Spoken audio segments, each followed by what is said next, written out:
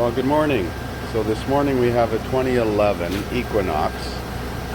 It's apparently had an engine replacement with a used engine, and it supposedly is misfiring. I drove it in the shop this morning and it doesn't appear to be misfiring. They put a used engine in out of a 2010. So I know the check engine light is on.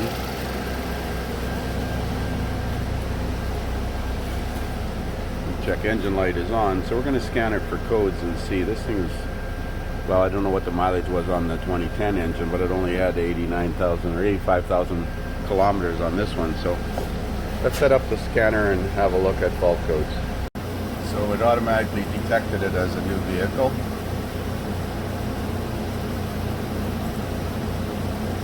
Yeah, let's do a network scan, even though it's probably not required. I'm curious, fuel trim rich, P0300 misfire detected.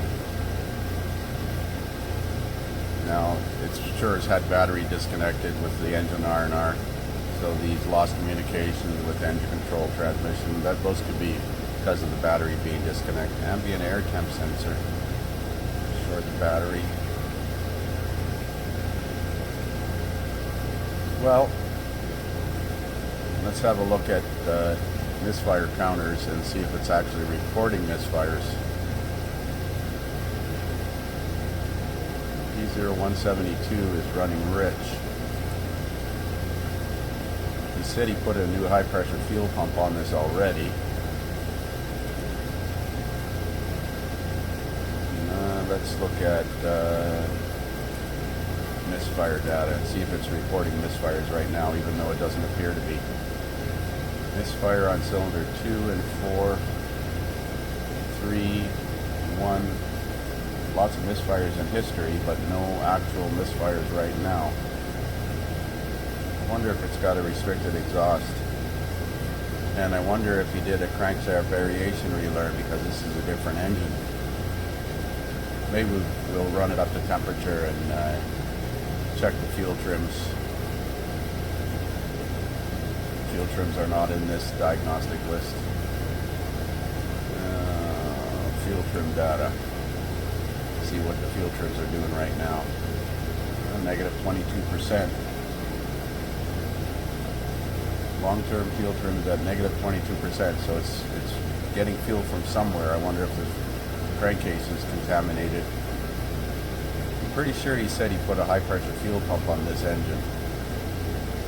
Oh, we're going to have a visual here. So it definitely looks like a new high-pressure fuel pump in there.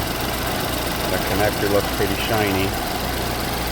Now, I can't disable the PCV on this thing, and if I take the oil filler cap off, it'll create a leaner condition anyways because it will allow outside air past the mass airflow sensor here. So I'm going to check the oil, but I'm sure it's fine. I just put an engine and I'm sure he did an oil change on it. So I'm wondering if it's got a skewed forward oxygen sensor reporting a fault rich, and it's actually taking fuel away. Take 25% fuel away from the fuel trim, it's going to start misfiring. All kinds of options here. So I've cleared the fault codes and that erases the misfire history, and it's still counting the misfires on a couple of cylinders, cylinder 2. It doesn't appear to be actually misfiring, or it doesn't feel like it. Mind you, it's just idling, so I haven't driven it yet. Again, if it's subtracting an unwanted 25% of fuel from the fuel trim, it's going to tend to misfire. Long-term fuel trim's at negative 24. Let's reset the fuel trims here, output controls, and then we'll do a, used to be able to watch this while it was reset. Now the snap-on scan tool resets. So fuel trim is, cell is in 6 and long term is at negative 24. Click reset and the data disappears. But let's go back and look at it.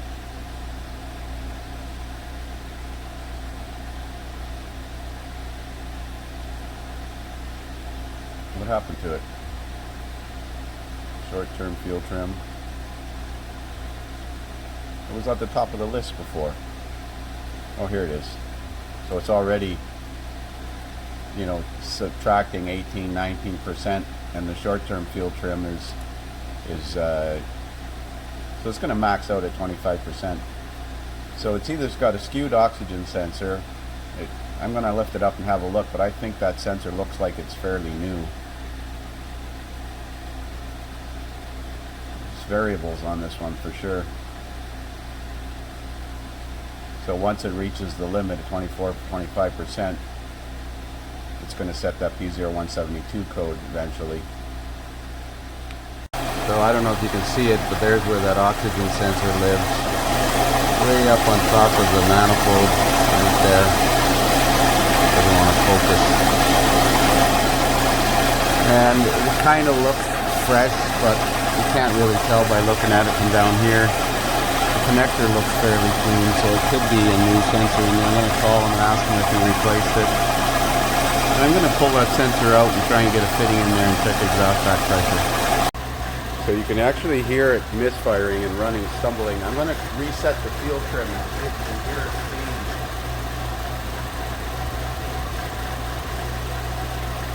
I just did. See how it smooths out when you turn the fuel trim back to normal, but then within about 5 seconds it starts to misfire again. So I think it's fuel trim related. So I've unplugged the upper O2 sensor. It looks like a new sensor in there, but that doesn't mean it's not defective. Put the air induction system back on, and that's forced it in open loop, and it seems to be running fine now. So I think I'm gonna talk to him about whether or not he actually replaced this O2 sensor. It certainly looks like it has been. We're gonna take it out and check exhaust back pressure. So I've got it idling in park right now. I reset the field trims. Even though the O2 sensor is unplugged, the field trims are at 0 now, so it's not the O2 sensor. I revved the engine up and it counted misfires, as you can see, on cylinders 2, 4, and 3. I'll rev it up again. It's got higher.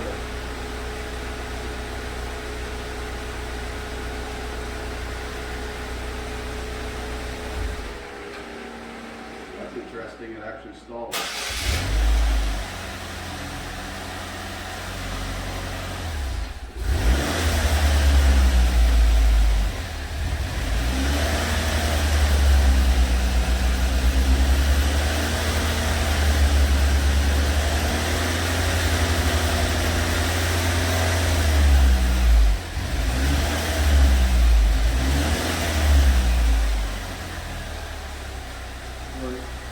See, it misfired like crazy when I accelerated lightly. I just touched the gas pedal lightly and it actually stalled. It counted misfires on all 4 cylinders.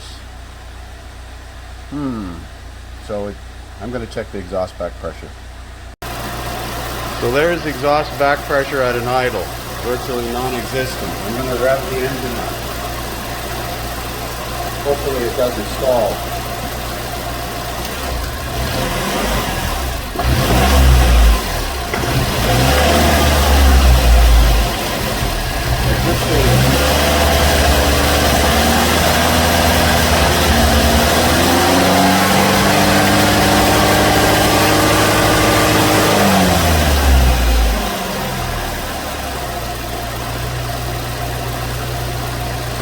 I'm sure that the gauge wouldn't move, so it's not exhaust back pressure. It's not oxygen sensor because it's disabled. This thing barely runs off idle. Like maybe it's got a cam timing issue. Oh my goodness sakes. So here's what I've learned. Just got off the phone with the wrecking yard, the recycling yard here. And I remember I told you this engine came out of a 2010 Terrain or an Equinox. According to the parts guys at the recycling yard, the Hollander number for the 2010 engine is 10261 and only fits 2010. Then 2011 is 10262 and it goes from 11 to 14 or 15. I couldn't find out what's different, but I suspect that there's a difference in the camshaft reluctor profiles or something that isn't generating a fault code. This thing will stall when I try to accelerate, like it's losing ignition or something. I wonder if it'll run with the cam sensors unplugged, and that might... I'm doing some research to find out what's difference between this 2010 engine and the 2011 engine, and so far I haven't been able to find out, but I'll keep you posted. So here's a video I found on YouTube where a fellow did an LAF to LEA conversion. He has a 2010, and the 2010 has the LEA engine, and this vehicle has the LAF engine. Now, according to him, he had to change the intake camshaft timing actuator, but I watched his video and it's very unclear, although kudos to him for going to all this work. I'm trying to find out from the original owner if this 2010 is actually an LEA engine. I don't think there's any way to tell. So we're getting somewhere. So I did some more research, and it turns out that the intake camshaft and the intake cam phaser are different between a 2010 and a 2011. So that's probably what's going on. So my thought here is this customer actually has the ECU from the 2010, and I was reading on some forums about guys questioning whether you could just swap the ECU. Now the wiring harness is different, the throttle body is different, but they are different service numbers. This is the service number from the 2011, 2665, and this is the service number from the 2010, and I'm not sure if this changes up, but the fact that there's different service numbers, unless this number changes up to the newer one, tells me that their computers are physically different. Of course, they're different with programming. That's not a question. I don't want to just plug it in and see what happens. I'll have to do a passive anti-theft relearn or pass lock relearn, but it may create some other issues, being as how this is a 2011 and it might create a VIN mismatch code.